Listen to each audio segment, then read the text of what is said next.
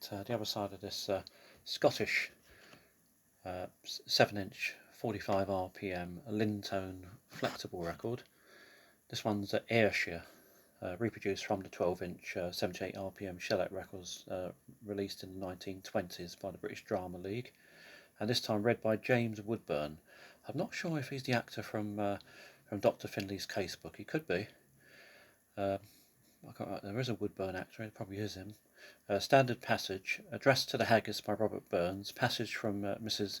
Goldie's Tea, and Hair Tea by James Smelly. You can hear the wind howling, and there's a bit of a gale going on outside today. Let's just put this on here because it might just stop any slippage.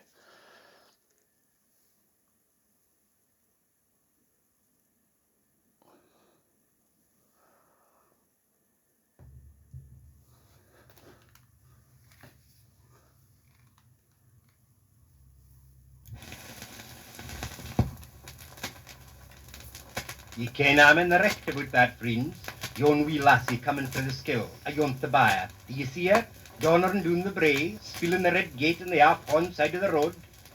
God's sake, the doubted bairn has made stracht for the door of the wrong house.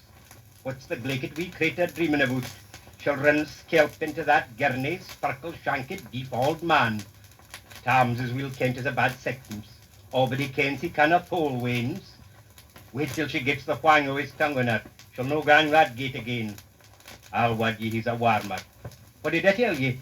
The quine's out again as if the deal was after her. Aye, that's Tom's croaking, sure enough.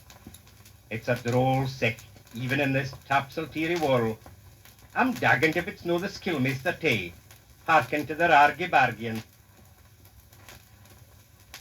Address to a Haggis by Robert Burns. Fair for your honest, sonsy face, great chieftain of the Puddin race, I've been them all ye tak your place. Pinch, tripe or term, will are ye worthy o' a grace as lang's my ear.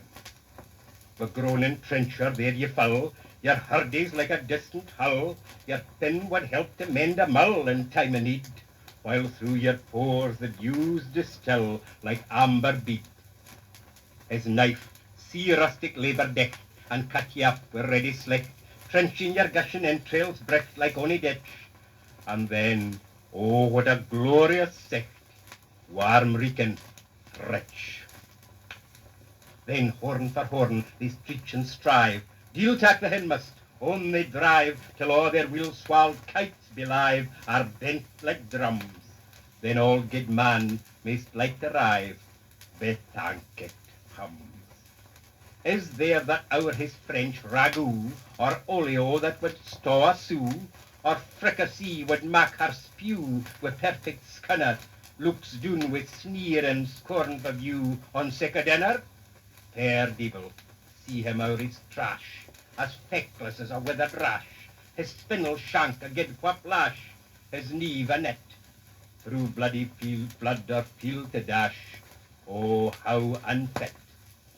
But mark the rustic, haggis fed, the trembling earth resounds his tread, clapping his wally neva bled, he'll mak it whistle, and legs and arms and heads'll sned like taps o' thistle. Ye powers wha mak mankind your care, and dish them out their bill of fare, all Scotland wants nae skink and wear that drops in luggies. But if ye wish her great for prayer, ye her a haggis. A wee bit of Mrs. Gowdie's tea party by Thomas Smelly. I will, know that we're agreed about things, and that doesn't happen so often as to my mind it should day. There's the Beakies, and we've now and then been at their house, and we're kinda obliged to them in a manner. Then there's the Smedhams, and although they're getting up in the world, it seems to me that you can get warm hearts in 3-room and kitchen houses, just as well as in single kitchens with 12 built-in beds. And there's the Blaines, aye, and very civil folk they are, although they've got a good gone bit business in their shop.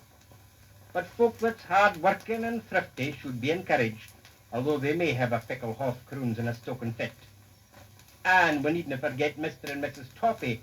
They're maybe kinda narrow and contracted about things, and whiles a bit pernickety. Some folks say they're prude, but they're no double, and everybody's prude if it comes to that, and if a man's no broad, he canna will help being nearer. And everybody round about kens that the Toppies is very genteel, and is just flooded into a bigger house, a house with an orly window. The Toppies has a heap of relations that has a good wreck to think themselves nae small drink. They say that Mrs. Toppy is a great grand doctor on the mother's side, or a captain of one of these ships that used to sail on the Port Dundask and all. But the Toppies is no purse prude, and will ask them to the party for their pleasant company and no for what they might have in their pockets.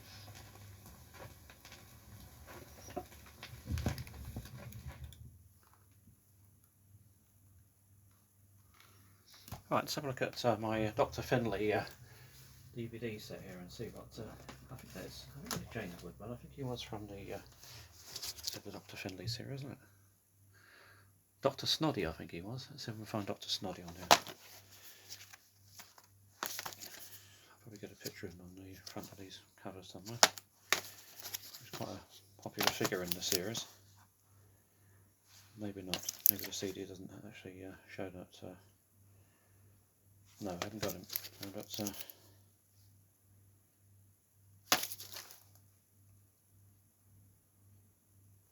I think that's Dr. Snoddy there, actually, yeah. It's a very small picture. You see the middle man there?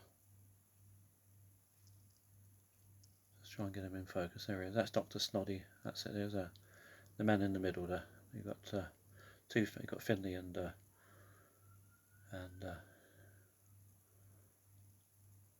that's Snoddy. There we go. James Woodburn, I think. Much younger, in the 1920s.